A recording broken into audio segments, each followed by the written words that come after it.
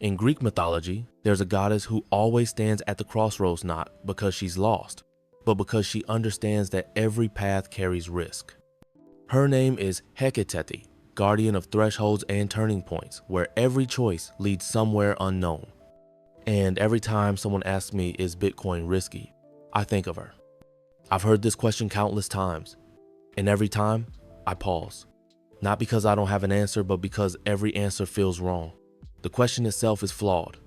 Is Bitcoin risky? Makes no sense unless we ask, compared to what? Risk is not absolute. It is always relative. Holding Bitcoin in a cold wallet? You might forget your seed phrase. That's a risk. Leaving it on an exchange? Riskier still, because now it's not just your discipline that matters, it's someone else's integrity. But then again, isn't that the same with banks? You trust them until the day you can't. Until policy changes, accounts freeze, currencies collapse. Every form of wealth has a failure point. Real estate can be seized, stocks can be manipulated, fiat currencies printed endlessly lose value silently day after day. But Bitcoin, its weakness isn't political, it isn't managerial, it isn't social. Its weakness is you. And that's what makes it honest. Bitcoin doesn't pretend to protect you.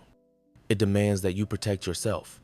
And in return, it gives you something rare, predictable, incorruptible rules. Rules that don't change because a politician blinked or because a central banker panicked. Bitcoin isn't the absence of risk. It's a new category of risk on that comes with responsibility. And that responsibility begins to change you. When you hold Bitcoin long enough, you stop chasing.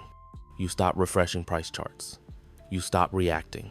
Instead, you begin to think in years. You delay gratification. You become calm while others panic, curious while others mock, convicted while others quit. Bitcoin teaches time preferencing not with slogans, but with lived experience. It makes you face fear, and in that fear, it invites you to choose comfort or clarity, dependence or sovereignty.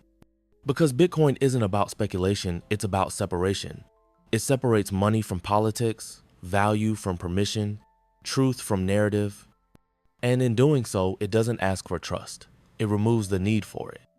That's why it scares people. We've built a world addicted to flexibility. We change the rules to fit the moment. We rewrite the laws to suit the powerful. We inflate money because it's easier than telling the truth. But Bitcoin refuses to bend. It is brutally consistent, unapologetically finite, and that's its message to the future.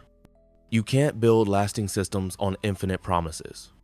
So maybe the question isn't whether Bitcoin is risky. Maybe the real question is whether a world without it is even survivable. If that question lingers in your mind, don't rush it. Let it sit, study, question, doubt, but don't ignore it.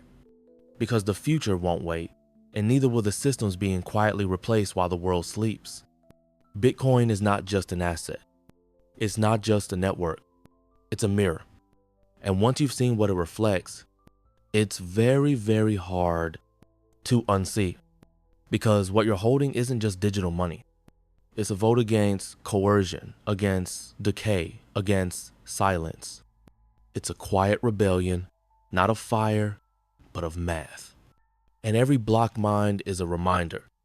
That truth, when written in code, doesn't need permission to exist.